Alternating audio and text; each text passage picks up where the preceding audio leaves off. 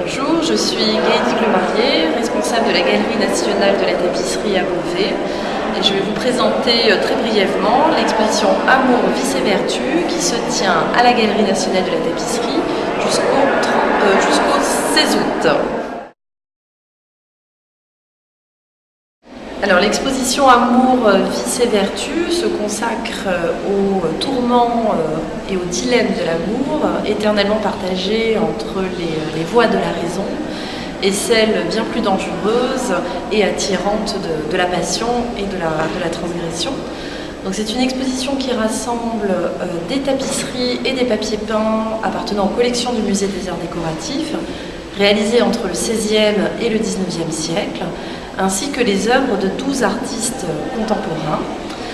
Et c'est une exposition qui s'appuie à la fois sur la rareté des œuvres, qui sont toutes exceptionnelles, alors soit par leur format, puisqu'on a des tapisseries comme les grotesques italiens qui peuvent atteindre jusqu'à 7 mètres de long, ou par leur qualité d'exécution, et des œuvres qui, pour la majorité, sont présentées pour la première fois au public, comme le papier peint Les Métamorphoses d'Ovide, qui a été restauré spécifiquement pour cette exposition et qui n'a jamais été exposé.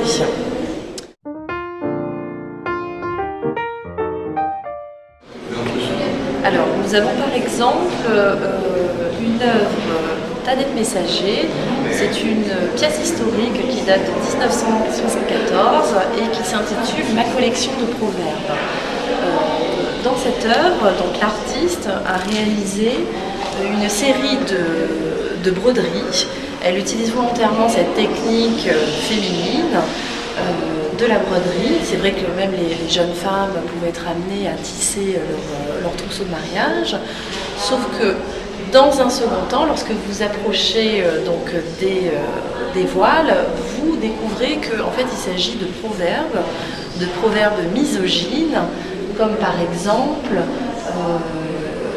c'est la femme qui a fait pousser les cheveux blancs du diable, ou femme sage reste à son ménage.